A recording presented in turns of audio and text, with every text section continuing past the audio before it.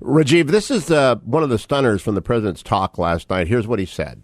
Now, let's make two things clear. ISIL is not Islamic. All right. So what did you make of that statement? Because it's generated probably the most dust up today.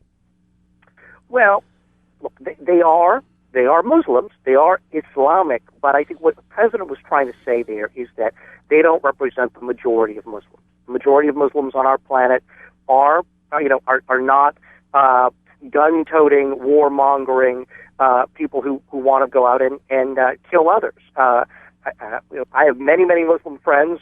They're all peaceful people. So I think what the president was trying to do is to draw a distinction and say that their actions don't comport with mainstream Muslim ideology or teaching. Now, but that some will say, "Hey, look, you can find certain references in the Quran and whatnot to jihad." Yes, but I don't think they represent the majority worldview of Muslims. I agree with that, and I think almost every American agrees with that. There's a fringe, obviously, that will disagree with that, but we all get that. I'm more alarmed. Does he really understand the nature of the enemy in the way that Lawrence Wright and you understand the nature of the enemy, or Jake Tapper, anyone who's spent a long time studying, writing, reading about it? I don't know that the president gets it. Mike Pompeo came on the show last night, and he was shaking his head saying this is just not consistent with understanding how dangerous this virulent strain of Islamist extremism is. Well, the one thing, so if that causes you concern, I do think when you look at some of the president's other language where he says, look, our goal is to defeat them, to destroy them.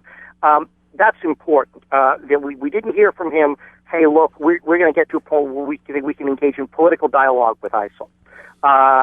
We're not hearing that, and that's good, because I don't think that group is one that actually has any interest in wanting to engage in political dialogue. I mean, right. We talked before about, maybe the Taliban in Afghanistan would engage in a peace process. Yes, that may happen, but not these guys in Iraq and Syria. And so at the end of the day, do you think they have a strategy, or was this the president's somewhat ham-handed attempt to make up for his announcement publicly that he didn't have a strategy yet? Well, I think, they certainly made a big deal about this in an effort to try to do some damage control over the, don't have a strategy yet comment. This is still the very early days of a strategy. There are a lot of big open questions here. We don't know how long it's going to take for the Iraqi army to come back together.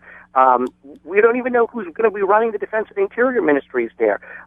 There's a big process of political compromise that has to take place there. We don't have good targets in Syria, and we don't know how much a campaign against the Islamic State in Syria will wind up indirectly emboldening the Assad government. There's so many unknowns here. So to sort of call this a fully fleshed out strategy is a real overstatement. This is the beginning of an effort. And the bigger questions in my mind are going to be, to what degree do we resource the air campaign? If it looks like the Iraqi forces are going to need additional help, will that be forthcoming? And are we going to be able to generate the necessary intelligence?